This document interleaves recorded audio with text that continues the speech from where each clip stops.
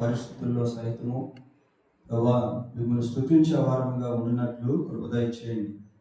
మరొక పర్యాయము మీ వాక్యాన్ని ధ్యానం చేసుకుంటూ ఉండగా మీరే బోధకుడిగా ఉండి మీ వాక్యం ద్వారా మాతో మాట్లాడండి ప్రభా.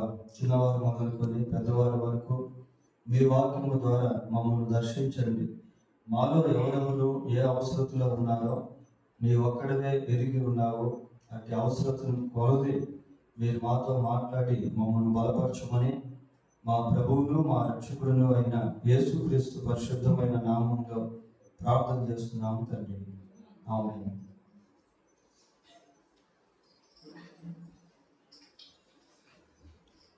బైబిల్ గ్రంథంలో నుండి ఆదికాండము 18వ అధ్యాయము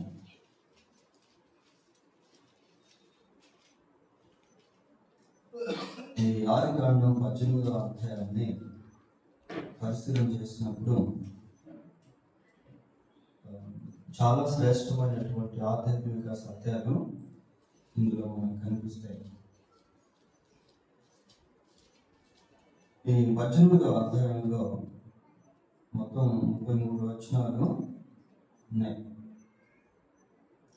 దీని అవుట్లైన్ స్టడీగా మనం ధ్యానం చేసినట్లయితే ఇందులో నుండి ఎన్నో శ్రేష్టమైనటువంటి సత్యాలను మనము చూడగలుగుతాం. 18వ అధ్యాయం మొదటి 2 వచనాలు చదవండి.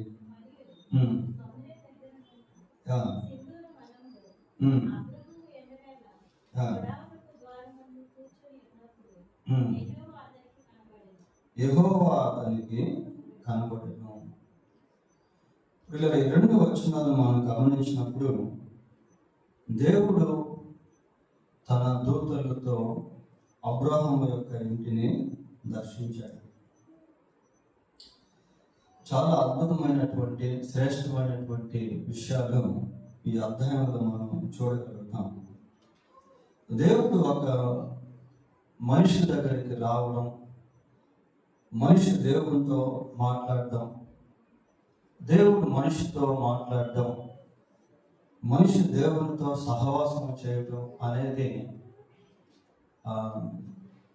చాలా ఆశ్చర్యకరమైనటువంటి విషయాలు. లోకానికి అర్థం కాదు ప్రియ.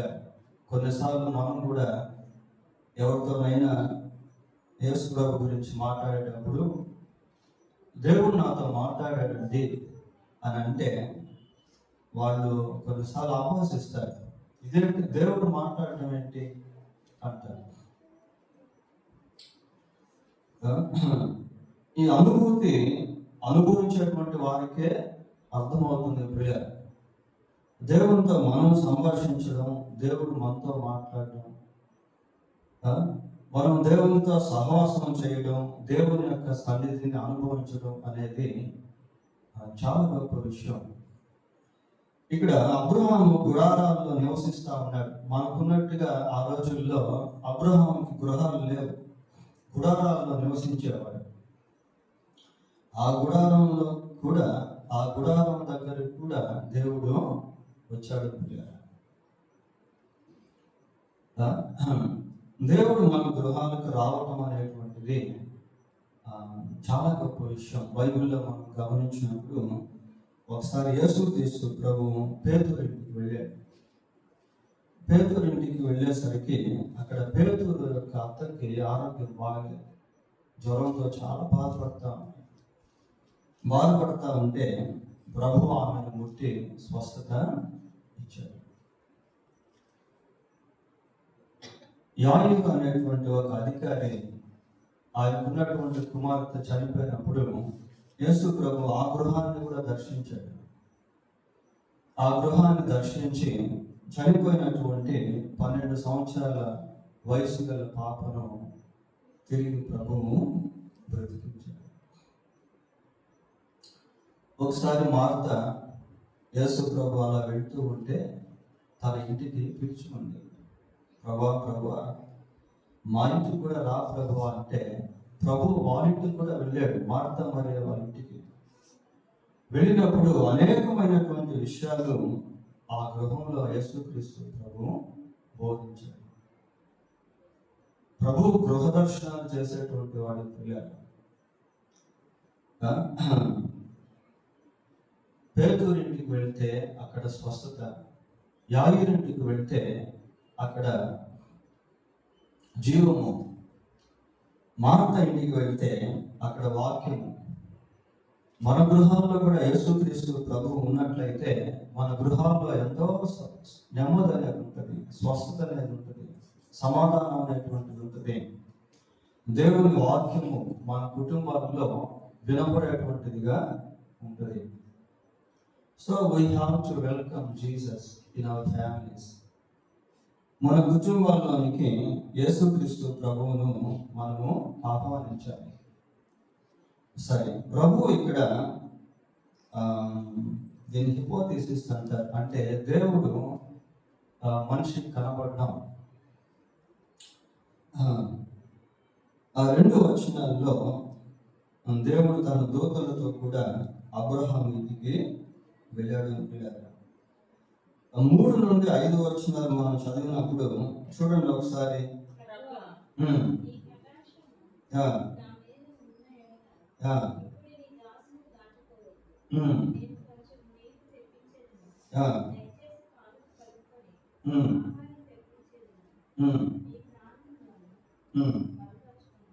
చాలు. ఈ 3 నుంచి 5 వచనాలు మనం చదువుతున్నప్పుడు ఇక్కడ అబ్రహాములో హంబుల్నెస్ అనేటువంటిది చూస్తాం. హంబుల్నెస్ అంటే దీనత్వం. ఈ పోర్షన్లో అంటే ఈ 18వ అధ్యాయంలో అబ్రహాము యొక్క దీనత్వం గురించి పలుమార్లు మనకు కనబడుతుంది. 2వ వచనంలో ఏమని చూస్తామంటే నేల మట్టుకు వంగి అని చూస్తాం. It is an indication of humility. అది దీనత్వానికి ముంగుర్తు క్రియ. 7వ వచనం చదివితే ఆతిథ్యం ఇచ్చేటువంటి విషయంలో అబ్రహాము పరుగెత్తుతా ఉన్నాడు. ఆ పరుగెత్తుట అనేటువంటిది కూడా it is a kind of humility. అది కూడా ఒక రకమైనటువంటి దీనత్వం. అంత వయసులో అబ్రహాము మరి దేవుని కొరకు పరుగెత్తుతా ఉన్నాడు ప్రియులారా.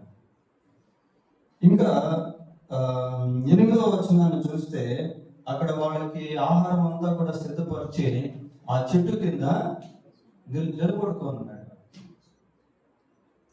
ఆ చెట్టు కింద నిలబడుకోన్నాడు ప్రియులారా. వాడు ఆహారం భుజిస్తూ ఉంటే అబ్రహాం ఆ చెట్టు కింద నిలబడుకోన్నాడు. చూడండి ఎంత దీనుడు అబ్రహాము. ప్రియులారా, దేవుని దగ్గరికి మనం వచ్చినప్పుడు లేక దేవుణ్ణి కలిగి మనం జీవిస్తూ ఉన్నప్పుడు మన హృదయంలో ఒక దీనత్వం అనేటువంటి చోటు చేసుకుంటుంది. ఎంత డబ్బు ఉన్నా, ఎంత అధికారం ఉన్నా, స్థాయి ఎంత ఎత్తులో ఎదిగినా ఆ దీనత్వం అనేటువంటి దాన్ని జాగ్రత్తగా కాపాడుకోవాలి. కొన్నిసార్లు ఏమవుతుంది అంటే హ్యూమన్ నేచర్, ఆ హ్యూమన్ సైకాలజీ, మానవ స్వభావం ఎలాంటిది అని అంటే స్థాయి పెరిగే కొద్దీ కొన్నిసార్లు ఆ దీనత్వం అనేటువంటిది మనం కోల్పోతాం. చదువులో స్థాయి పెరిగినప్పుడు, ధనంలో స్థాయి పెరిగినప్పుడు, ఉద్యోగంలో స్థాయి పెరిగినప్పుడు, డబ్బు విషయంలో స్థాయి పెరిగినప్పుడు కొన్నిసార్లు మనం దీనత్వాన్ని కోల్పోతాం ప్రియులారా. అయితే అబ్రహాం యొక్క జీవితంలో ఎక్కడ కూడా ఆ దీనత్వాన్ని కోల్పోలేదు. ఎప్పుడు అబ్రహాము దీనుడిగానే ఉండేవాడు. చూడండి, ఇంకా మనం గమనించినప్పుడు 27వ వచనం ఒకసారి చదవండి.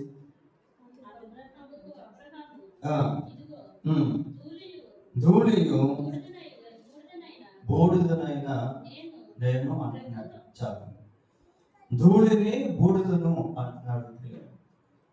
ఎంత తగ్గింపో చూడండి. దేవుని సన్నిధిలో అబ్రహాము ఆ రీతిగా తాను తగ్గించుకున్నాడు ప్రియులారా. యేసు ప్రభు ఒక మాట చెప్పాడు. ఏమని చెప్పాడంటే తాను తగ్గించుకున్నవాడు హెచ్చింపబడును, తాను హెచ్చించుకున్నవాడు తగ్గించుకున్నాడు. మన జీవితంలో కూడా దీన్ని ఎప్పుడు మనం కాపాడుకోవాలి చివరి వరకు. దేవుడు మనల్ని ఏ స్థాయిలో ఉంచినా ఆ స్థాయిలో సైతము we need to have the humbleness. Even though our status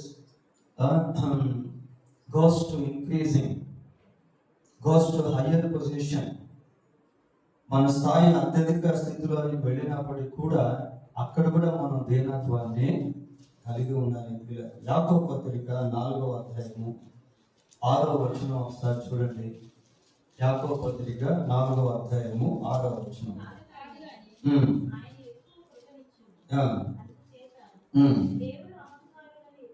అహంకారులను ఎదిరించి దీనులకు కృప అనుగ్రహించును.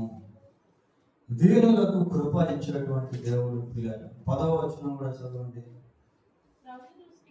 ప్రభువు దృష్టికి మిమ్మును మీరు తగ్గించుకొనుడి, అప్పుడు ఆయన మిమ్మును హెచ్చించును. దేవుని దృష్టికి మిమ్మల్ని మీరు తగ్గించుకోండి, అప్పుడు దేవుడు మిమ్మల్ని హెచ్చిస్తాడు.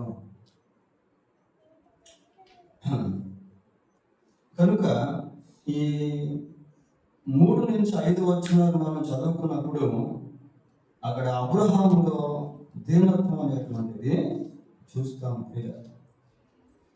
తర్వాత ఆదికాండం 18వ అధ్యాయము 6 నుంచి 8వ వచనం వరకు చూసినప్పుడు అక్కడ హాస్పిటాలిటీ అనేటువంటిది కనిపిస్తుంది. హాస్పిటాలిటీ అంటే పరిచర్య. చదవండి 6వ వచనం నుంచి. త్వరగా వెళ్ళి నీవు త్వరపడి 3 మానికల మెత్తని పిండి తెచ్చి పిసికి రొట్టెలు చేయమని చెప్పాను. మరియు అబ్రహాము పశువుల మందకు పరిగెత్తి ఒక మంచి లేత దూడను తెచ్చి ఒక పనివానికి అప్పగించెను. వాడు దాన్ని త్వరగా సిద్ధపరిచెను. తరువాత అతడు వెన్నను పాలను తాను సిద్ధం చేయించిన దూడను తెచ్చి వారి ఎదుట పెట్టి వారు భోజనం చేయించుండగా వారి ఎదుట ఆ చెట్టు కింద నిల్చుండెను. ఈ వచనాలు మనం గమనించినప్పుడు హాస్పిటాలిటీ అనేటువంటిది చూస్తాం. పరిచర్య. అలాగనే ఆతిథ్యము అబ్రహాము ఇచ్చేటువంటి వాడుగా ఉన్నాడు. అతిథి ప్రియుడుగా అబ్రహాము కనిపిస్తా ఉన్నాడు. చూడండి, దేవునికి దేవుని యొక్క దూతలకు అబ్రహాము ఆతిథ్యం ఇచ్చేటువంటి వాడుగా ఉన్నాడు. బైబిల్లో హెబ్రీ పత్రిక 13వ అధ్యాయము 1వ వచనం ఒకసారి చూడండి. సహోదర ప్రేమ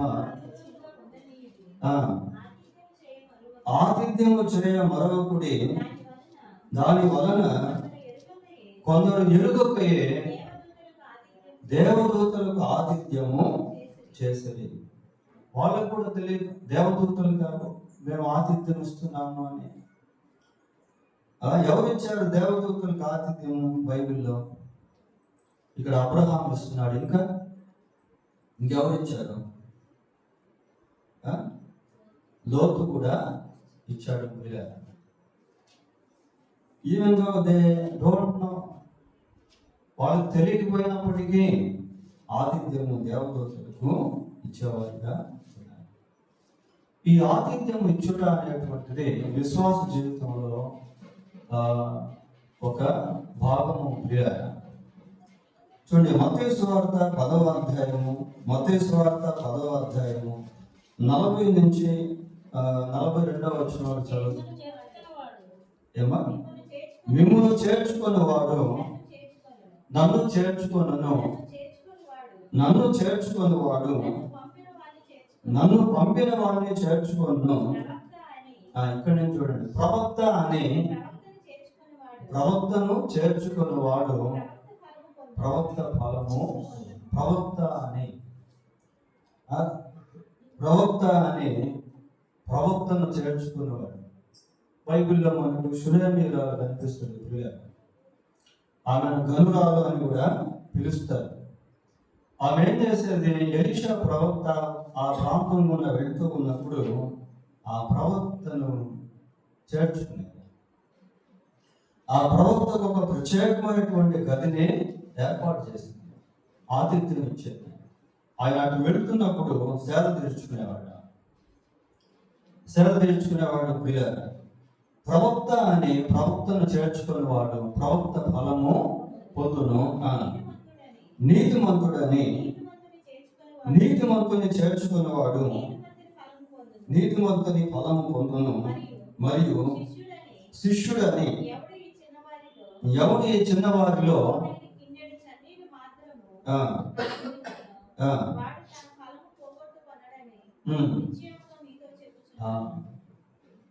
ప్రవక్త అని అటువంటి ఉద్దేశంతో, నీతిమంతుడు అని అటువంటి ఉద్దేశంతో వాళ్ళ ఇంటికి ఎవరైనా బిలీవర్స్ వచ్చారనుకోండి, విశ్వాసులు వచ్చారనుకోండి, లేక సేవకులు వచ్చారనుకోండి, వాళ్ళకి ఆతిథ్యం ఇవ్వడం ప్రియ ఏదో మాకున్నటువంటి దాంట్లోనే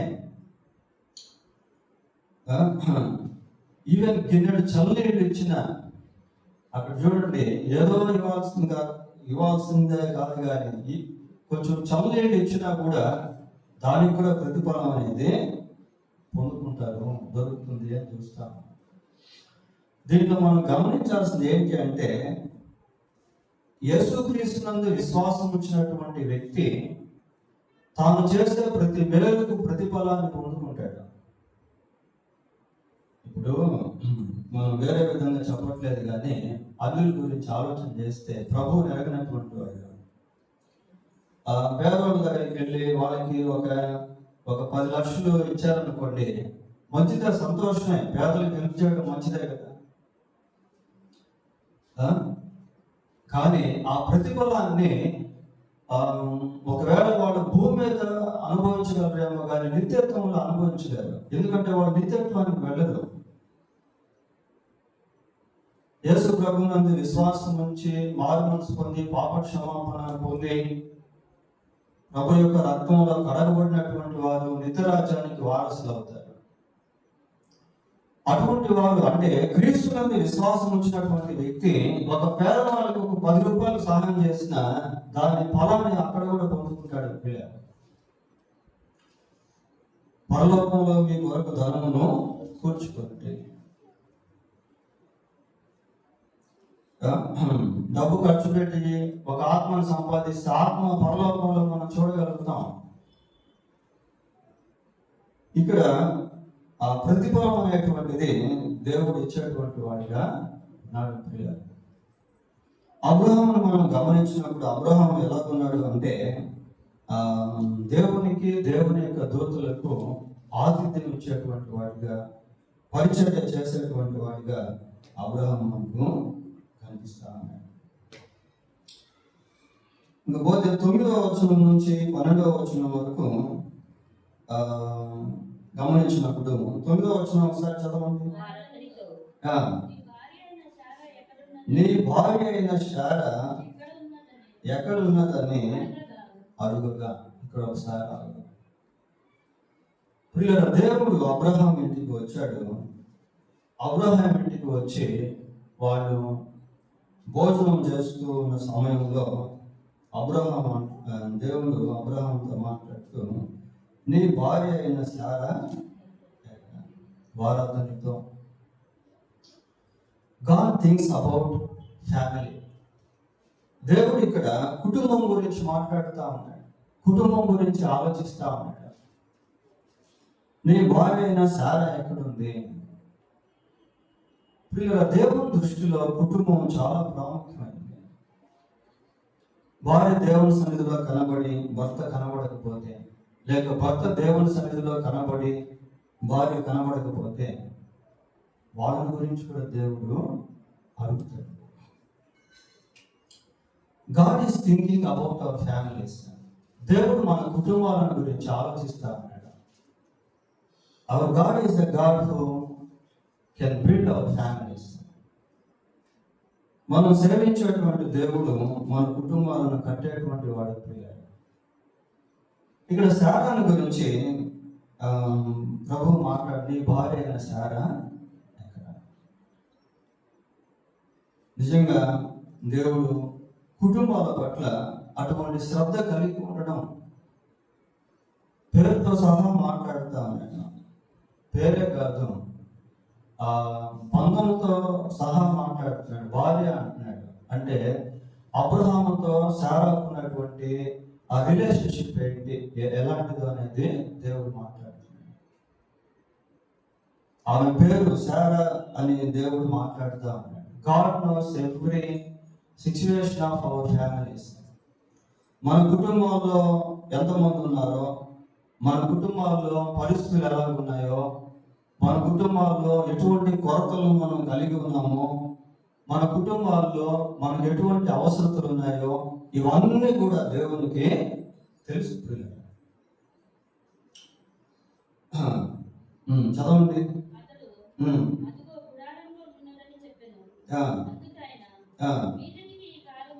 మీదటికి ఈ కాలమున వచ్చేదను, నీ భార్య అయిన శారాకు ఒక కుమారుడు కలుగునని చెప్పాను. ఇక్కడ ఆగదాం. ఇక్కడ టైం డిక్లరేషన్ అనేది మనం చూస్తా ఉన్నాం.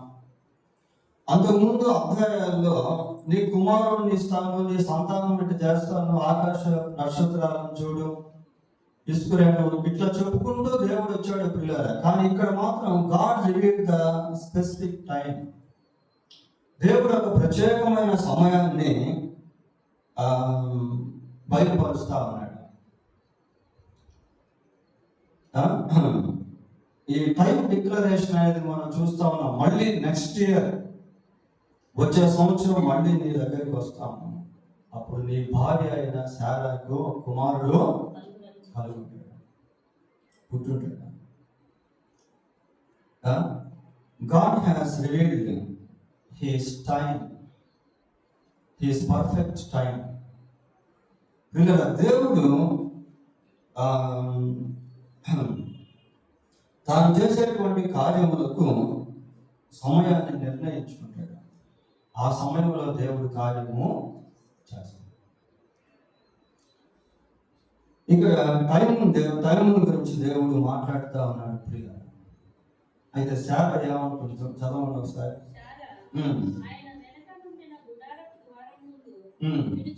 ఇవన్నీ వింటా ఉంది ప్రియుల.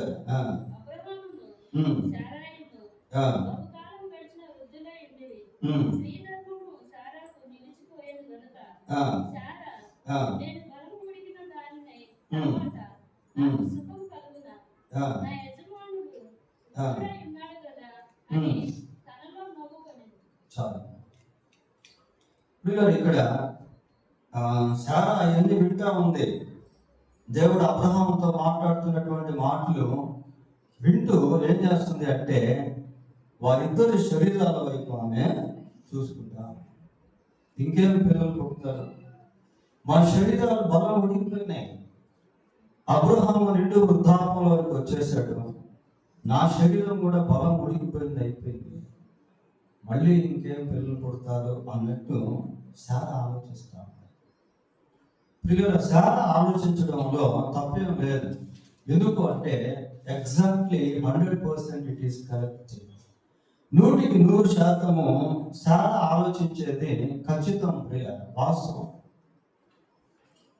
అయితే మన తలంపులు వేరు, దేవుని తలంపులు వేరు. మన ఆలోచనలు వేరు, దేవుని ఆలోచనలు వేరు ప్రియ.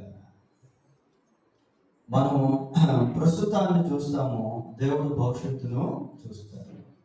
మనం బలహీనతల వైపు చూస్తాము, దేవుడు బలాన్ని చూస్తాడు. మనం మన గురించి ఆలోచిస్తాము, దేవుడు తన కార్యం గురించి ఆలోచిస్తాడు ప్రియ.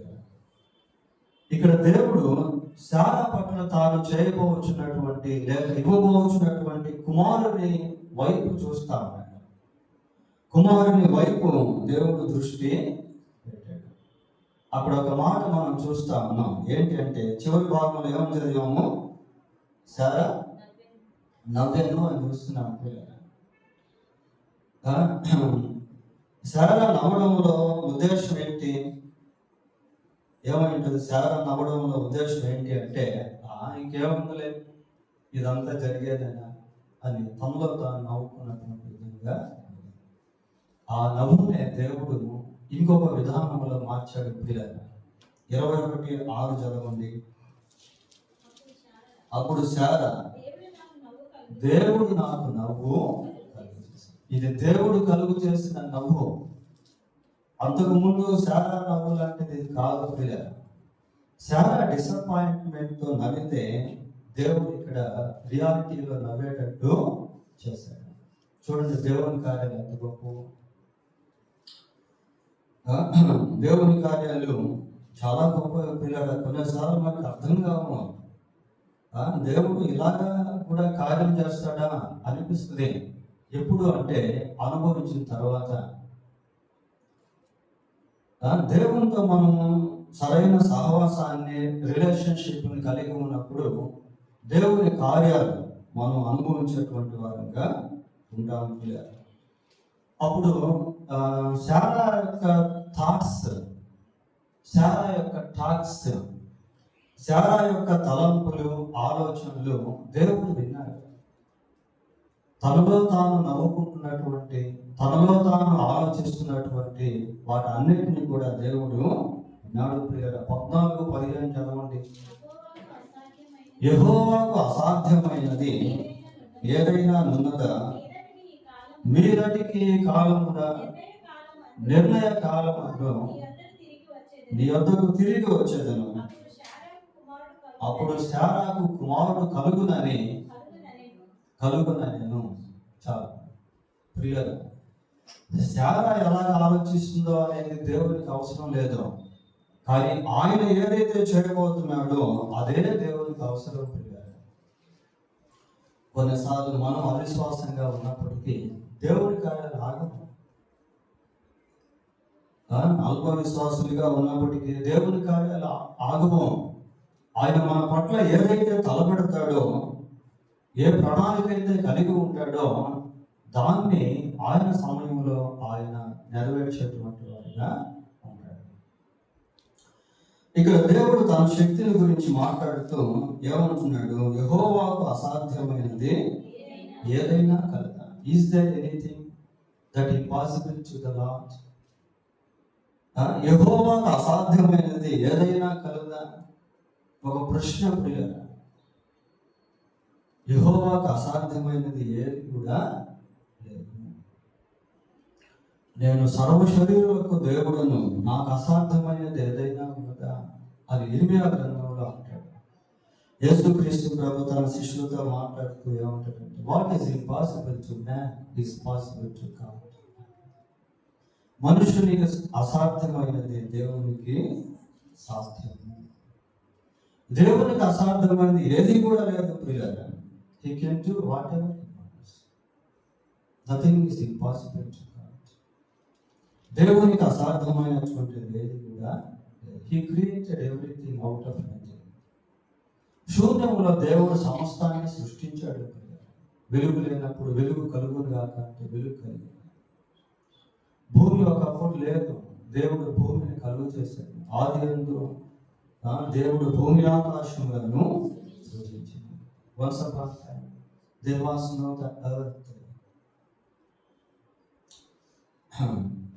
ఇక్కడ ప్రభువు తన యొక్క శక్తిని గురించి మాట్లాడతా. దేవునికి అసాధ్యమైనది ఏది కూడా లేదు అని ఇక్కడ మనము చూస్తా ఉన్నాం. సరే, 17వ వచనం చదవండి. అప్పుడు యెహోవా, నేను చేయబో కార్యము అబ్రహామునకు దాచిన. ఇక్కడ ఇంకొక మాట మనం చూస్తాము. నేను చేయబో కార్యమును అబ్రహామునకు దాచిన. ఇది ఎలా ఉందంటే ఇంటిమేట్ రిలేషన్షిప్. దేవునితో అన్యోన్య సహవాసము అబ్రహాము కలిగి ఉన్నాడు. నేను చేయబో కార్యమును అబ్రహాముకు దాచేదనా అంటున్నాడు. God wants to share his thoughts to Abraham. అబ్రహాముతో దేవుడు తన తలంపులను పంచుకోవాలనుకుంటున్నాడు. ఎటువంటి రిలేషన్షిప్ వారిద్దరు కలిగి ఉన్నారో చూడండి ప్రియులారా. నేను ఇందాక ప్రారంభంలో ఒక మాట చెప్పాను. ఏమని చెప్పానంటే, దేవుడు మనిషితో మాట్లాడటం, మనిషి తనతో మాట్లాడే స్వేచ్ఛ ఇవ్వడం, దేవుడు మనిషితో సహవాసం చేయడం, ఇది నిజంగా చాలా గొప్ప విషయం. భూమి ఆకాశములకు సృష్టికర్త అయినటువంటి దేవుడు అబ్రహాము గురించి మాట్లాడుతూ అంటున్నాడు, నేను చేయబోతున్నది అబ్రహామునకు దాచెదను. There is a great relationship between God and Abraham. దేవునికి అబ్రహాముకు మధ్య ఒక గొప్ప సహవాసం అనేటువంటిది సమకూడింది. కొన్ని వచనాలు మనం బైబిల్లో గమనించినప్పుడు చాలా ఆశ్చర్యం అనిపిస్తాయి. 17వ అధ్యాయము 23వ వచనం చదవండి. అదే అప్పుడు అబ్రహాము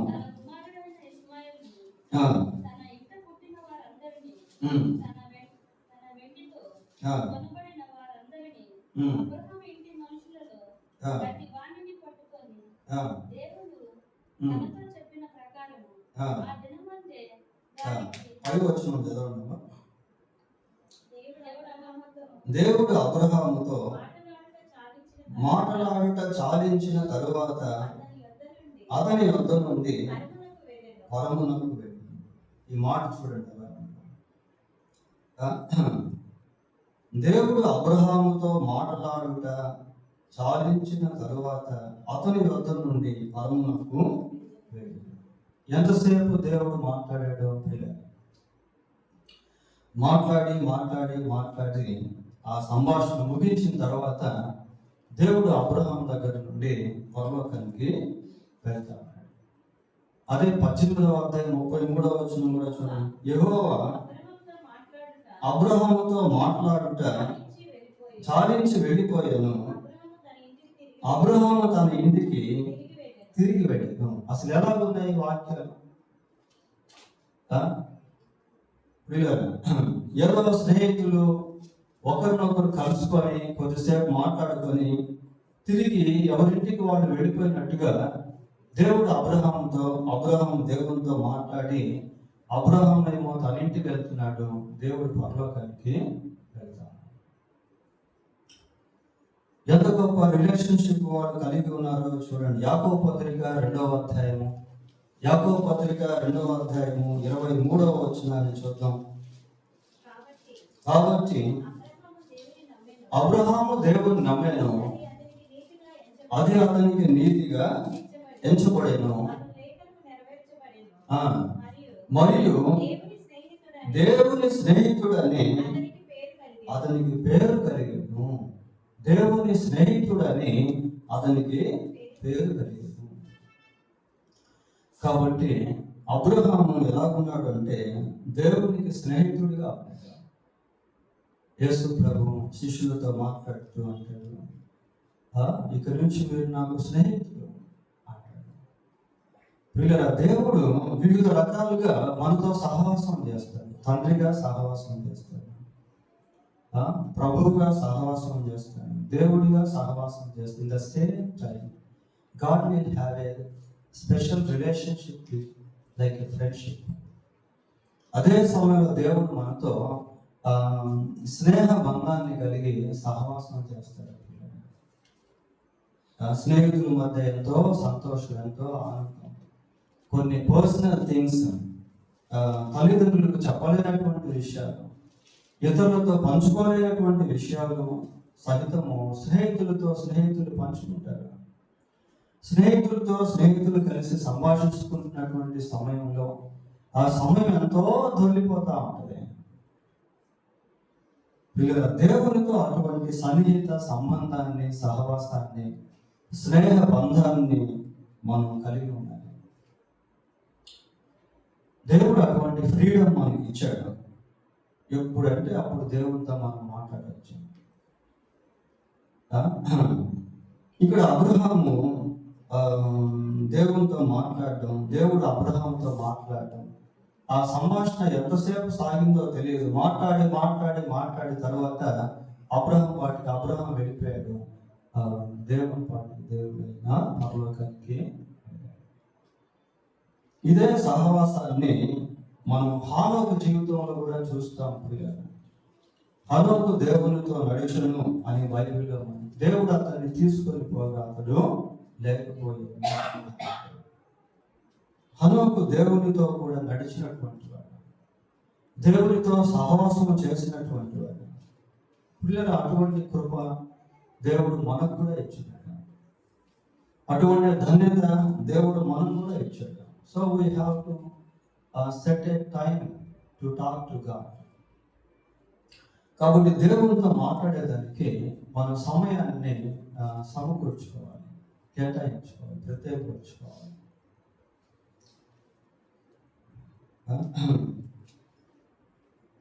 తర్వాత 20 నుంచి 22 వరకు చదవండి. మరియు యెహోవా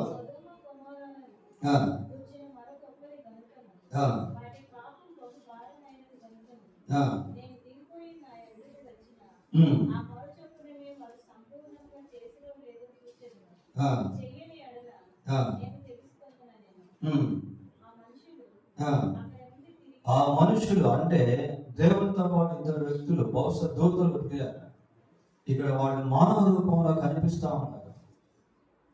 ఆ ఇద్దరేమో సొదొమ గొమొర్రా వైపు వెళ్ళారు.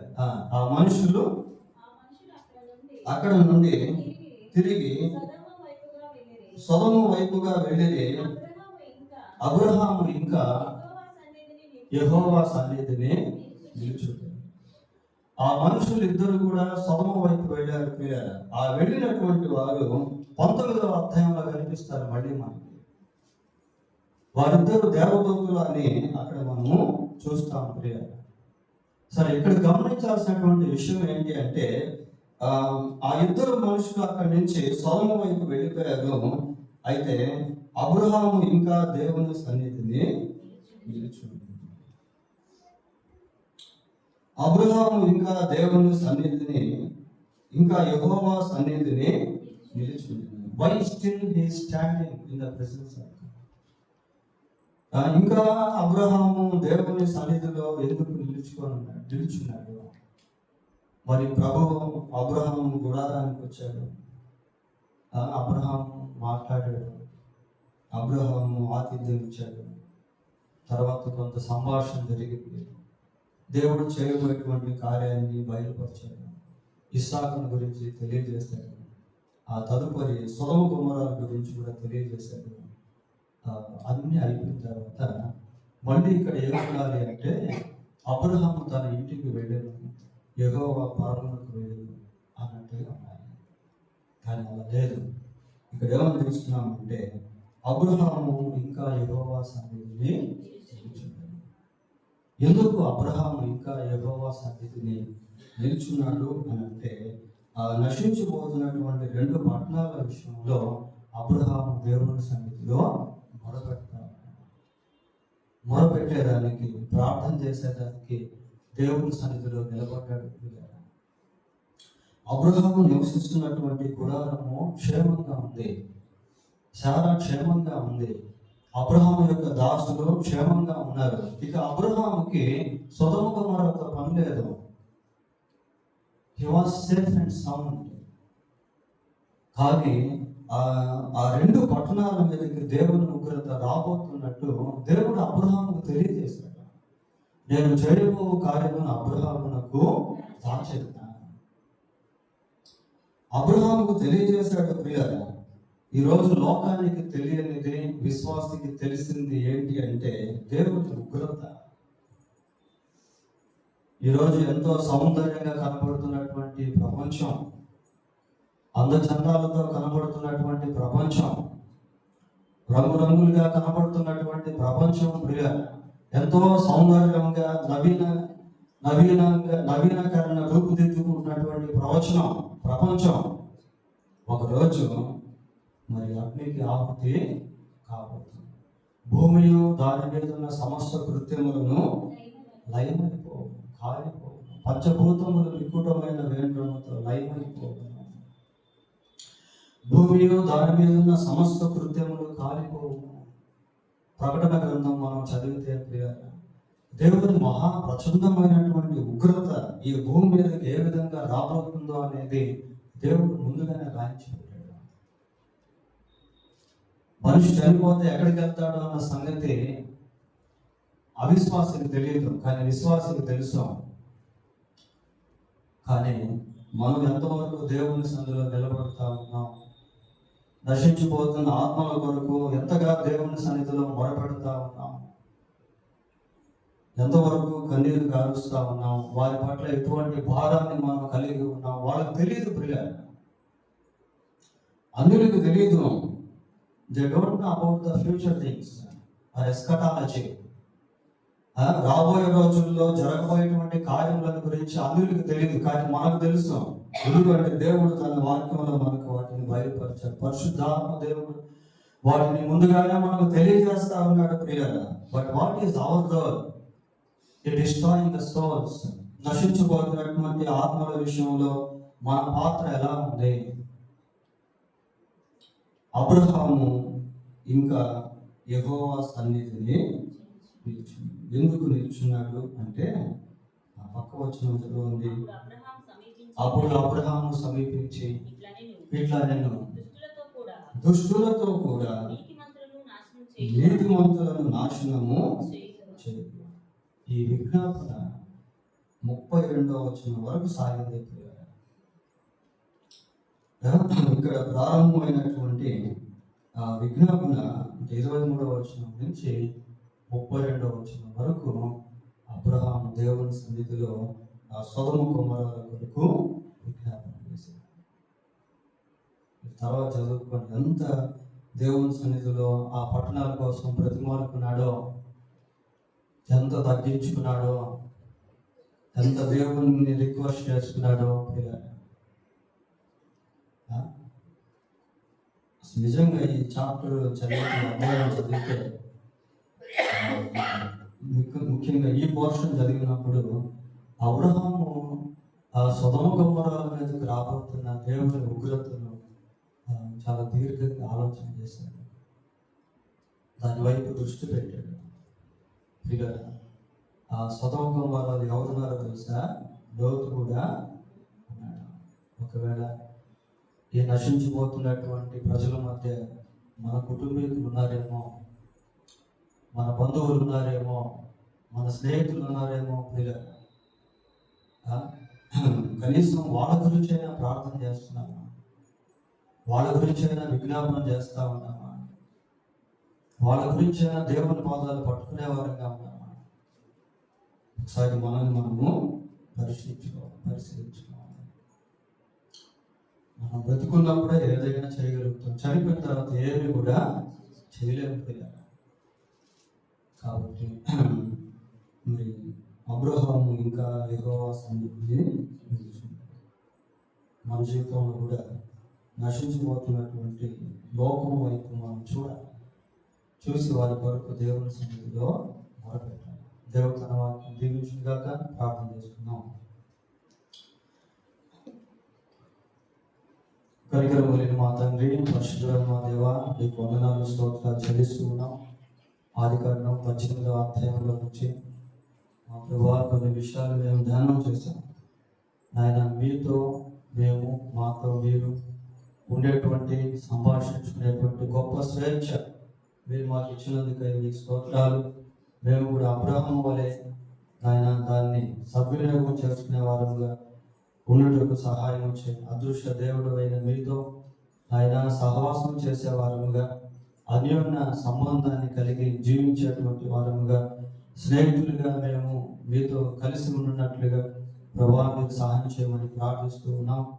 మా ప్రభువా కనికరించండి, కృప చూపించండి. మాలో కూడా దీనత్వాన్ని దయచేయమని వేడుకుంటూ ఉన్నాం. మా స్థాయి అంత పెరిగినా, మేము ఏ స్థితిలో ఉన్నా ప్రభువా ఆయన మేము దీనులముగానే ఉండినట్లు దేవా కనికరించి సహాయం చేయమని ప్రార్థన చేస్తూ ఉన్నాం. ప్రభా కృప చూపించండి. మీకు అసాధ్యమైనది ఏది కూడా లేదు. మీరు మీ సమయంలో కార్యం చేసేటువంటి దేవుడు, అందును బట్టి మీకు స్తోత్రాలు చెల్లిస్తూ ఉన్నాం ప్రభా. కనుక మా యొక్క పరిస్థితులు, ప్రతికూలతలు, అవసరతలు, ఆయన వ్యాధి బాధలు మీ సన్నిధి తీసుకొచ్చే వారముగా ఉన్నట్లు సహాయం చేయండి. అంతేకాక నశించిపోతున్న ఆత్మల విషయంలో ప్రభా మీ సన్నిధిలో మొరపెట్టే వారముగా ఉన్నట్లు మీరే కనికరించి సహాయం చేయమని మా రక్షకుడైన యేసుక్రీస్తు పరిశుద్ధమైన నామములో ప్రార్థన చేస్తున్నాం తండ్రి. ఆమేన్.